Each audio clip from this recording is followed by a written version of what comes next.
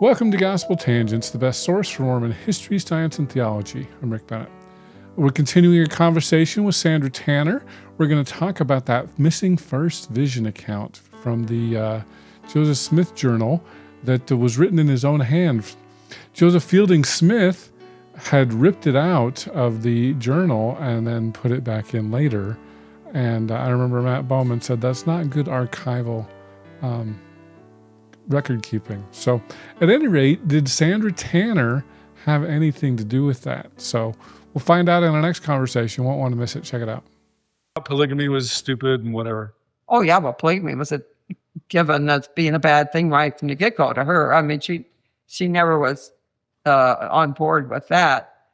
My grandpa Young had tried to get my grandma to go into polygamy. Of course, he was raised in a polygamous home with Apostle Brigham Young Jr. Mm-hmm. And so here's Walter being raised in a polygamous home with a father that practiced polygamy after the manifesto. Mm-hmm. And so when Walter gets married to Sylvia, my grandma, he wants to go into polygamy. So this is after 1900. And he's part of these hanging on crowd that are still trying to live the practice behind the scene. Okay. And he wants my grandma to go into polygamy. And she said no. Oh, she had a vision. Oh, talk about swift thinking. She had a vision that it was wrong? Oh, yeah. Oh, really? Great family story. So they're sitting on the couch, and Walter tells her he feels they need to live polygamy. And my grandma says that she went into a vision, and her spirit went up into the corner of the room. She's looking down on her and Walter sitting there. And God tells her they are not to go into polygamy. That's not the will of the Lord. Mm-hmm. And so Walter's shaking her, Sylvia, what's the matter? Sylvia, come to. And she comes out of it and she says, Walter, the Lord has shown me where I'm not to go into polygamy. Okay, that did not put an end to it. Because when she died and we went through her papers, here's a little postcard from some woman in Utah writing to her loving husband, Walter. Loving husband, Walter. Yes, hoping that he did it secretly. He can come see the boys at Christmas time. Oh, my goodness. Your loving wife, and it has initials. And it's not your grandma. It's not my grandma. So evidently, Walter went into polygamy behind the scenes after the 1900 time period. And the postmark for the city that it's in, or community, is an area we know that at least one of my uncles was born in. So I know they lived in that community for a time. And that's the postmark that's on this card. Huh. So he evidently, my mom said that she grew up knowing who it was that Walter had wanted to marry in polygamy. So I don't know if he really married her, that woman, or some other woman. But my mom only had the story of grandma saying, I told Walter no. But grandma evidently pointed out to my mom at some point, that's the woman that Walter wanted to marry. Wow. But from my mom's side, she thought it all was a dead issue until she and my sister were going through grandma's postcards and letters and everything. And my sister finds this little postcard and she says, Mom, this isn't grandma's writing. Who is this? Oh, no. And hands it to my mom. And my mom's looking at this postcard with, what? I thought this was all finished when grandma said that she told Walter no. So evidently, Walter went behind her back and took a plural wife. And I've looked through at Family Search and that, and it does not come out with any church list for any other wife for Walter. But if this was a secret one to hide from even the brethren in the post-manifesto time period, it may not have been one that was ever entered into any kind of record anyways. Wow. So it's all crazy stuff. I don't even know where we are on the story. So your grandpa was a polygamist then? Evidently. Wow. Yeah, but it makes sense. I didn't expect to hear that one today. Yeah, it's all crazy. So back to me and Gerald and Pauline Hancock. All right. So your mom didn't like Gerald because Gerald was in this weird Josephite cult. Yeah. Or So, Whitmerite, maybe. yeah, the Whitmerite crowd. But she was so into church history at this point that she loved to talk to us about church history problems. I think I would have gotten along with her. Yeah. So we sat and poured over documents together and everything. And this led to, all of this had been leading up to the question of who's God. So that, like, Pauline had to go through this, who's God, from the reorganized church, the Temple-Lot group, and then her own little group, taking the Book of Mormon serious. She comes to this modalistic view of one God. Okay, Gerald comes along, and he would have never used the word modalist, but he comes into this idea of the oneness of God in the Book of Mormon. And okay, so meanwhile, back at the ranch, while I'm in California coming up, my mom's trying to resolve early church history, and she's dealing with how to view God and Heavenly Father and Jesus. How do we put this together with the Bible and in the Book of Mormon? So when I'm in seminary and we study Old Testament this one year, and the seminary teacher is using, we're studying Moses talking to the Lord face to face. And in seminary, the teacher makes a big thing about, this is how we know Heavenly Father has a physical form in his body. That when the first vision happened, God and Jesus appeared to Joseph Smith, and we know they were two separate people. And this is how, one of the ways we know is because we see that here with Moses talk to the Lord face to face. That's Elohim. Jehovah's the God of the Old Testament, and that's who shows up most of the time. But sometimes Elohim shows up, and this is one of them. When Moses talks to the Lord face to face, it's Elohim. Okay, so my mom says to me, well, how does she know it's Elohim? I said, I don't know. And she says, well, if Jehovah's the God of the Old Testament, then why isn't he the one showing up? How do they know that's Elohim, the other times are Jehovah? I don't know. And she said, well, ask your teacher how she knows that's Elohim. Ask Pauline. No, ask your seminary teacher. Ask my seminary teacher about this. This is before any of us know anything about Pauline. Well, maybe my mom knew about Pauline. I don't know. But anyways, I didn't. So I go off to seminary. Question, how do we know that this one time it's Elohim, all the other times it's Jehovah? This time it's Elohim. And she said, well, the prophets have told us. Your seminary teacher was a woman? Yeah. Okay. Woman, yeah. Because she was... That's why I got mixed up. Okay. She was a part-time... Yeah. Seminary was just starting. Right. And she was first, second grade teacher. You were in California. And it was just getting off the ground. Was this before school, after school? It was, at this point, we were on half-day sessions of school, and so it was after school. Okay.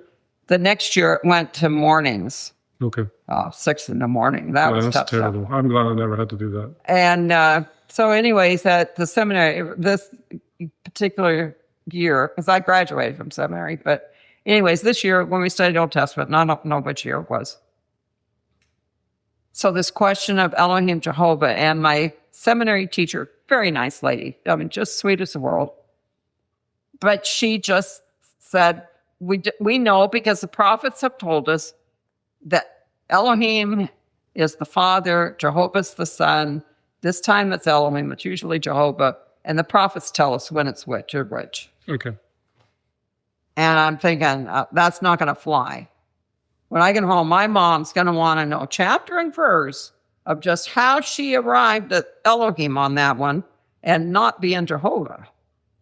And because my mom was down to, look, I'm not taking anybody's word on anything religious anymore. You got to have a chapter, verse, page number, something. And not a manual. Not the manual, no. So I come home and I thought, oh, I'm not going to tell her this. And so my mom says, wow, so what did your teacher say? Oh, Mom, she went on to the next lesson. And so we didn't get back to that. It wasn't something I could just bring up in the flow of the conversation. And just brushed it off because I knew my mom wouldn't accept it. So my mom was the one that made me start thinking critically. She wouldn't accept just the brother said. There's got to be a reason for it. You got to have a reference for this. Well, you can see why she got in trouble. So where was I going to? Oh, on the Pauline thing. So Mom had already gone over like the change on the Son of God in the Book of Mormon change, where the Son of Zadadian, where Mary will be the mother of God, changed to Mary will be the mother of the Son of God. And those kind of changes, she had looked at this changing view of God. What does that do to the first vision? Would Joseph have said that he's seen the Father and Son in 1820? Because the Book of Mormon, if you take the view that he writes the Book of Mormon, he's writing a view of God that does not fit the current Mormon stand on the Father and Son vision. And this, like in seeing in the Old Testament, Elohim and Jehovah as two separate gods and all. So my mom's all on this question. First vision, nature of God, all these things. So when Gerald and I are living in California, the first year of our marriage, a lot of our family time is spent arguing and discussing what references say Father, Son, what says Father, Son, Holy Ghost are one God. How do you factor it in with the first vision? All these kind of arguments and discussions.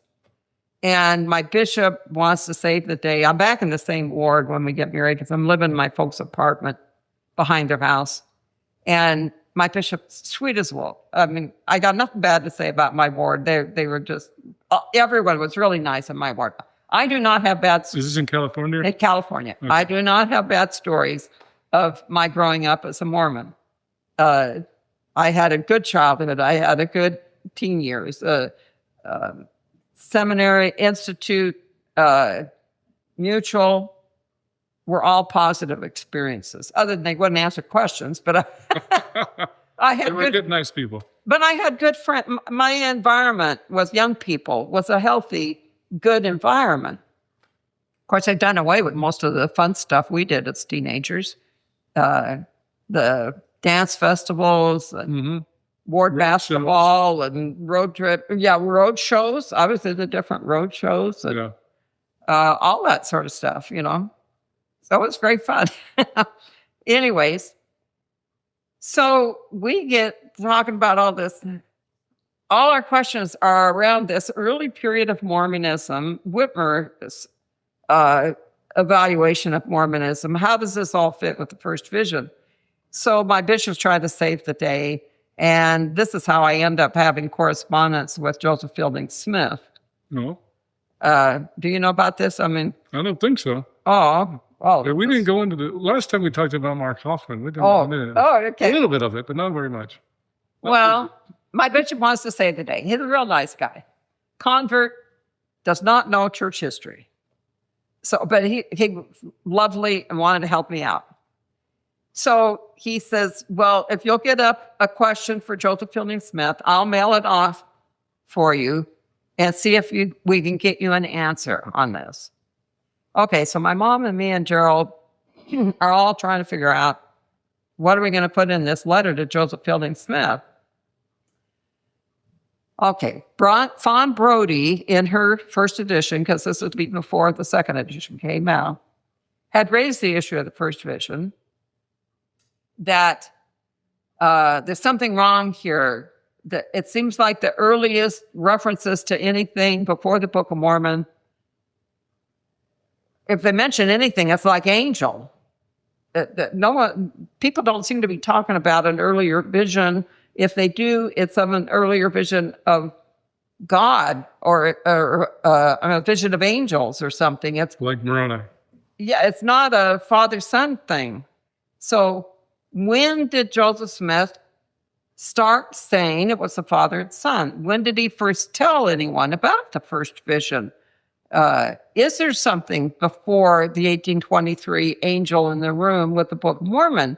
Because there seems to be some sort of gap in the early records of telling this earlier experience before 1823. If you told anyone of an experience before 23, what kind of a thing would it have been? Would it have just been another angel like Moroni coming on an earlier visit? What? So we got all these questions going. My mom had Andrew Jensen's historical record. Andrew Jensen was assistant church historian in the 1880s. And he put together these magazines, and so these volumes are called The Historical Record. And in the historical record, and I don't remember which volume, he had an account of the first vision. And this is in the 1887-89 time frame.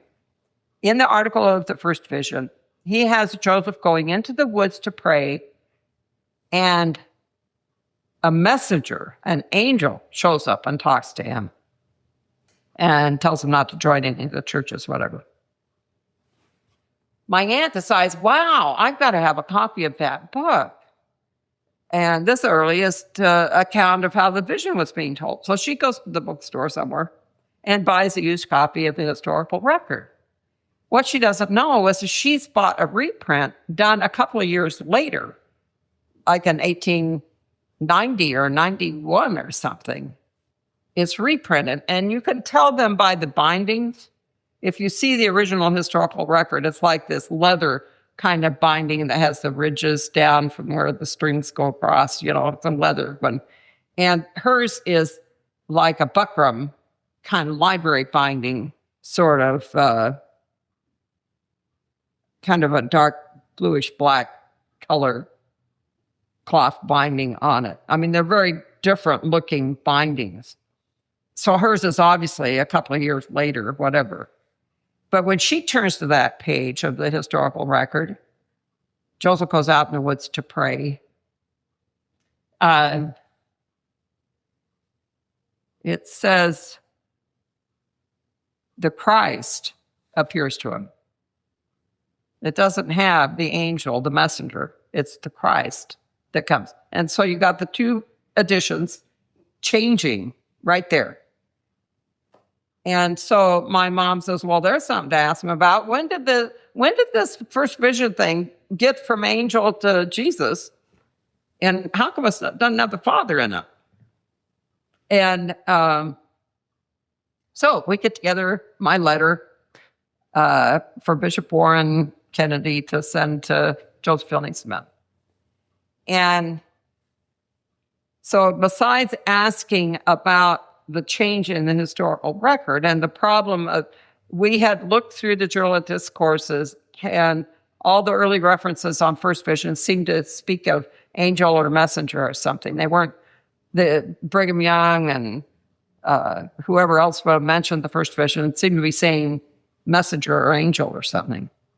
So what's the deal? Why have we got all these different accounts? So one of the questions to Joseph Fielding Smith was about, why did the historical record get changed, and when did this shift come in on the emphasis of the first vision? And I reasoned that, okay, we got a confusion here. What did the first copy look like? What did Joseph start off talking about? I would like a photocopy of the original Joseph Smith handwritten account of the first vision. Now, here comes the trick. I think Joseph Fielding Smith, thought I knew about the 1832 first vision account that we know today. I didn't. I just assumed you got to have the first time he wrote it down. I want a copy of the first time he writes it down. What are you using as your base for this whole thing? I want a copy of that.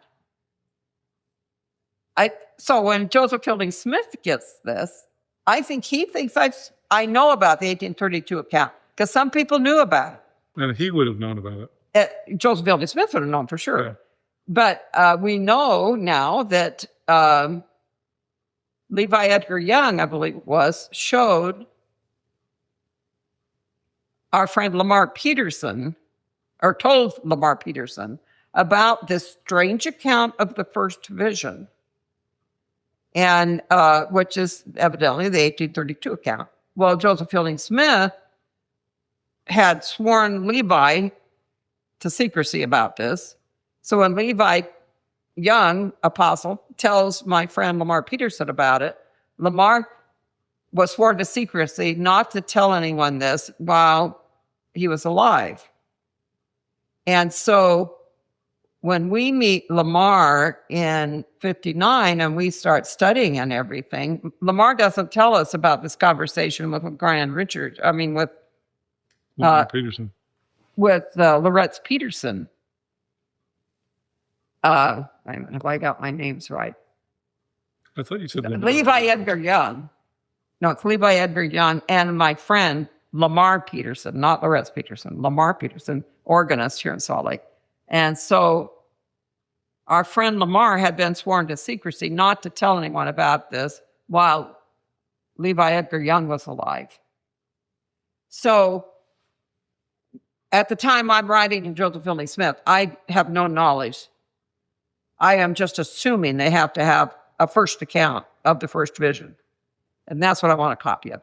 Well, we know at some point Joseph Fielding Smith cuts out the 1832 account out of the book it's in, the ledger book. Caused him to cut it out? I think he cut it out back in the time of Levi Edgar Young. I mean, this is my assumption, that at that time he cut it out because he realized it was problematic and he didn't want anyone else coming across this. So he just cuts it out. In case Levi Young tells somebody about this, they go to look in the book, it won't be there. And so I'm asking about this. He thinks that more knowledge is going around about this than there is. So he evidently sticks the pages back in the book, and Joseph Fielding Smith tapes those pages back in the ledger book. And so we're dealing here in the early 1961 time period on this. At some point, he must realize critical scholarship starting to foment up. And so to get ahead of the game, he must have decided he's heard about Paul Chessman at BYU doing a thesis on the visions of Joseph Smith. This would be a good time to put it on the record so that we can say, oh, we knew all the time I was there. You know, get ahead of any arguments about hiding stuff. It's going to be in Paul Chessman's thesis, which comes out in 65. But we don't know any of this is going on. So here I'm writing, goes off to Joseph Fielding Smith. Joseph Fielding Smith writes back to my bishop. My bishop calls me into his office for him to read me the letter from Joseph Fielding Smith. I cannot have the letter. The bishop reads it to me. Later, I shamed him into giving me a copy of it because he didn't want to first give it to me. And I said, well, if the answer to my question is, why can't I have a copy of it? If you could read it to me, why can't I have a copy?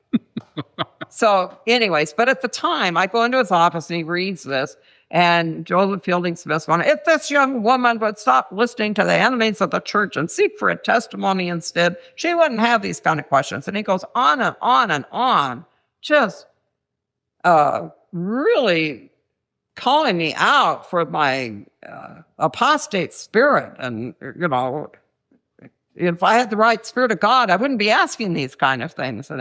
And then he ends up towards the end of the letter saying, well, if I showed her such a thing, would that even convince her? Now, he didn't say there was one.